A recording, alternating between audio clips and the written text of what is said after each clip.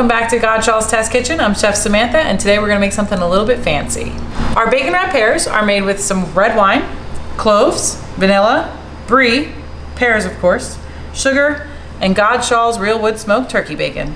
First things first, you gotta wine to dine. You're gonna add some sugar, some wine, our vanilla, and of course some cloves.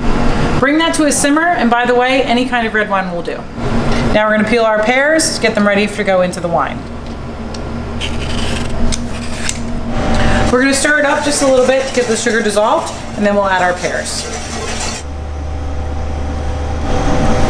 So you're gonna put them in there and let them simmer for 20 minutes. You wanna turn them so that they are evenly coated with the wine. So as you can see, the pears have absorbed all the color of the wine. They're nice and dark.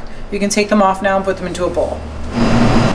Now we're gonna cover it and let it cool in the fridge overnight or for a few hours, just to make sure that the pears absorb some of that flavor. Our pears have chilled overnight. We're gonna take them out and cut them.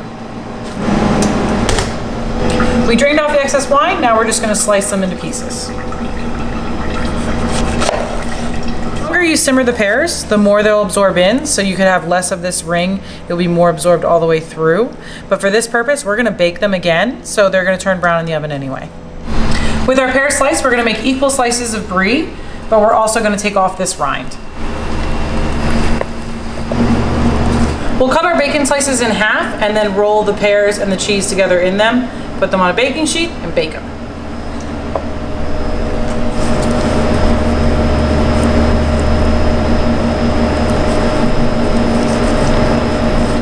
Once you've rolled all of them, put everything seam down, and we'll throw it in the oven at 350 for 12 to 15 minutes or until the bacon's brown. Perfect. You can take them off your pan and arrange them to serve on your platter. Now let's serve them while they're still warm.